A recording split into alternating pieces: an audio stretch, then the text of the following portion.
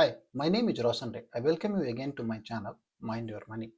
यहाँ पे मैं पर्सनल फाइनेंस और इन्वेस्टिंग से रिलेटेड टॉपिक पे वीडियो रिलीज करता हूँ और आज उसी सीरीज में एक वीडियो लेके आया हूँ जो कि इंटरनेशनल मार्केट में इन्वेस्टिंग को लेके है।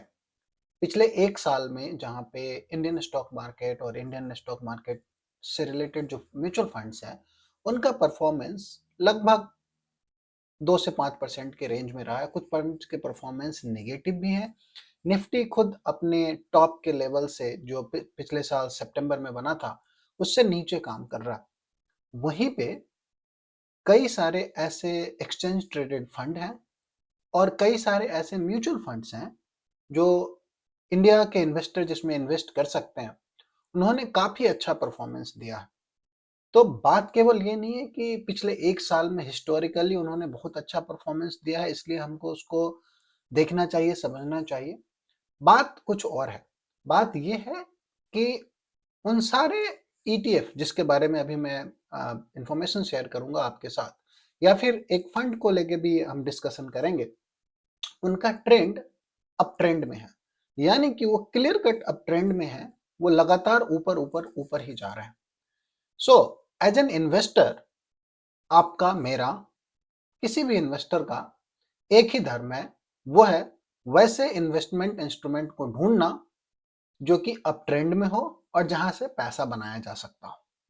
सो मैं खुद इनमें चार जो ऑप्शन आपके साथ शेयर करूंगा, इसमें से दो में काम करते आ रहा हूं पिछले कई सालों से, और इस साल भी मैंने इन दो इंस्ट्रूमेंट में दो बार काम किया है और अभी फिर से अपॉर्चुनिटी ढूंढ रहा हूं कि कब उसमें एंट्री की अपॉर्चुनिटी बनेगी, तब उसमें फिर से काम किया जाएगा। सो मैं आपके साथ स्क्रीन शेयर करता हूं और अभी आपको दिखाता हूं किन फंड्स के बारे में मैं बात कर रहा हूं या किन ईटीएफ्स के बारे में मैं बात कर रहा हूं। सबसे पहले हम स्टार्ट करते हैं यूएस मार्केट के दो ईटीएफ को लेके। यस, इंडिया और यूएस के बीच में काफी कन्फ्लिक्ट्स चल रहे हैं टैरिफ को लेके, वो सब कुछ अपनी जगह पे है। आप इन्वेस्टिंग को बाकी किसी और चीज से कोरिलेट ना करें और उसको मिक्स ना करें तो बेहतर रहता है मेरे एक्सपीरियंस में। मेरा काम केवल ये है कि वहां पे लिस्टेड जो इंडेक्स हैं और उसका जो इक्विवेलेंट एक्सचेंज ट्रेडेड फंड है इंडिया में अवेलेबल, क्या उसमें मैं काम करके पैसा बना सकता हूं। ये एक पर्पस है और केवल एक ही पर्पस है। पहला जो ईटीएफ मैंने उठाया है वो है मिराई एसेट का फैंग ईटीएफ। बहुत सारे लोग ये फैंग से के नेम से अवेयर हैं, जिसमें कि ये जो अभी आपको स्क्रीन पे दिख रहा था, Meta, Amazon, Apple, Netflix, Tesla, Microsoft, इस तरह के 10 स्टॉक्स को मोर और लेस इक्वल वेटेज में उन्होंने कंसीडर किया है और ये एक ईटीएफ बना के दिया। इसमें ईटीएफ के थ्रू कोई काम कर सकता है। काम करना मतलब कि इन्वेस्ट कर सकता है, ट्रेड कर सकता है, या फिर इसके इक्विवेलेंट जो फंड है उसमें म्यूचुअल फंड के थ्रू कोई इन्वेस्ट कर सकता है। अब क्यों मैं इन ईटीएफ्स का जिक्र कर रहा हूं आज और क्यों ये इंपॉर्टेंट है? जो मैं ट्रेंड की बात कर रहा था, जैसा कि आपको अभी स्क्रीन पे दिख रहा है, ये कंटिन्यूअस अप ट्रेंड में है और इसमें टाइम टाइम पे एंट्री की अपॉर्चुनिटी भी मिलती है। जब मार्केट करेक्ट हुआ था सितंबर में, तो उस समय आप देखिए इसमें क्या हुआ था। ये थोड़ा बहुत करेक्शन यहाँ पे भी आया था या कंसोलिडेशन आया था।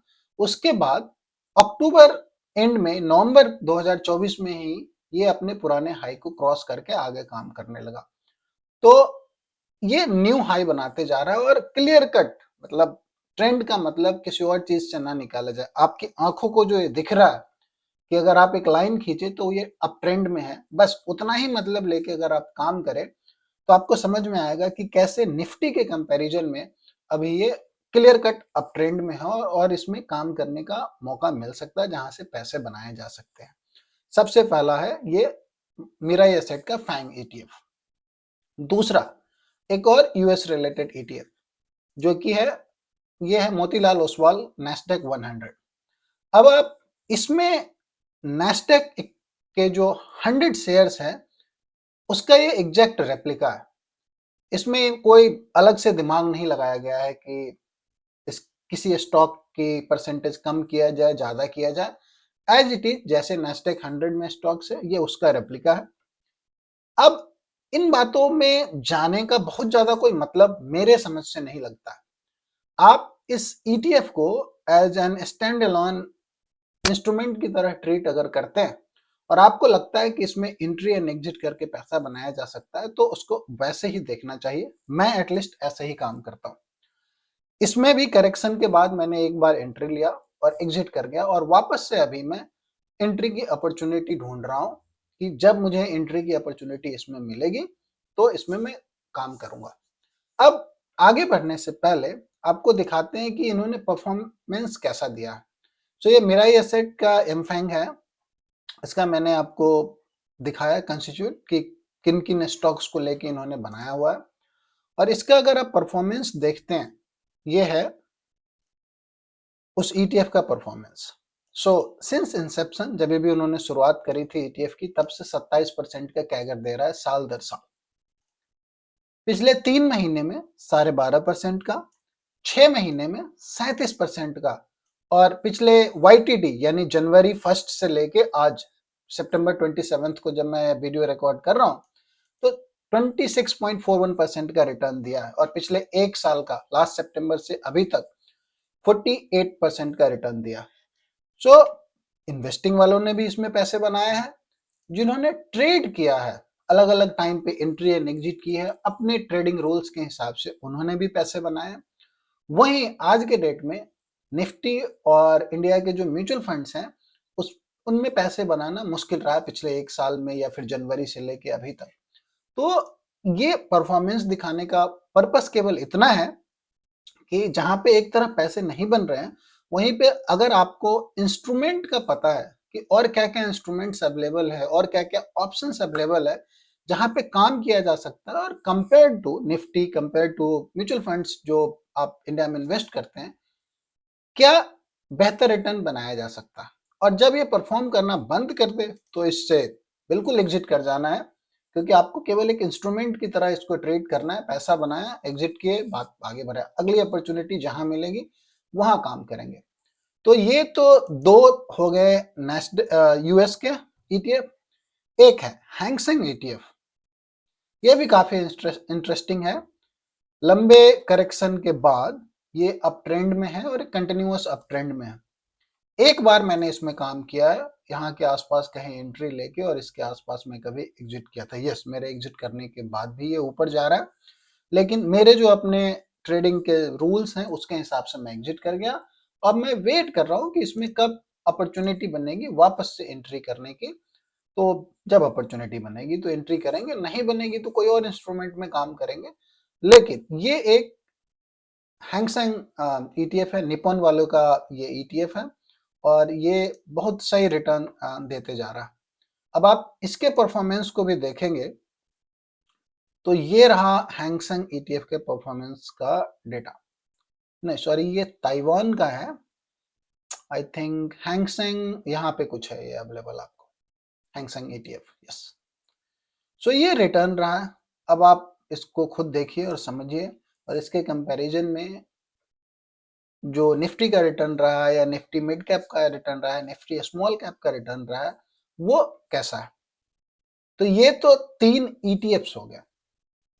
अब बात आती है कि हैंगसेंग, US के फैंग और नेस्डेक के अलावा और क्या ऑप्शन अवेलेबल, जो कि जो ETF में काम नहीं करता, ट्रेड नहीं करता, इन्वेस्ट नहीं करता।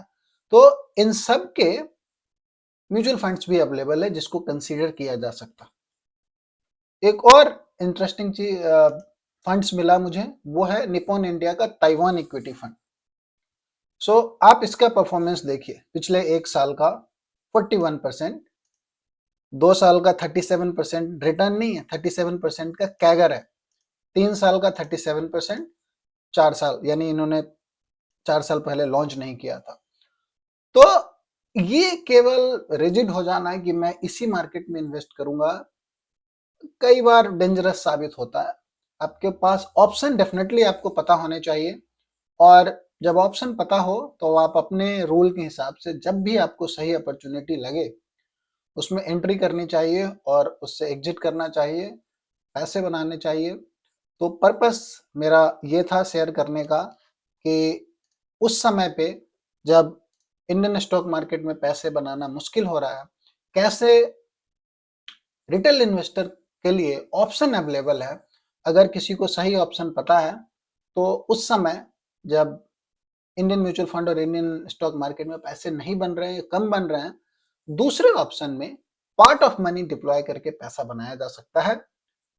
मैं यहाँ पे वही बातें करता हूँ जो मैं खुद प्रैक्टिस करता हूँ। जैसे मैंने कहा, इन 4 ऑप्शन में से 2 ऑप्शन में मैंने ट्रेड किया जब मुझे सही एंट्री अपॉर्चुनिटी मिली। सब में काम करना मुश्किल होता है। आप अगर इसको रडार पे रखते हैं तो आपको सही एंट्री अपॉर्चुनिटी मिलेगी और जिससे पैसा बनाया जा सकता है।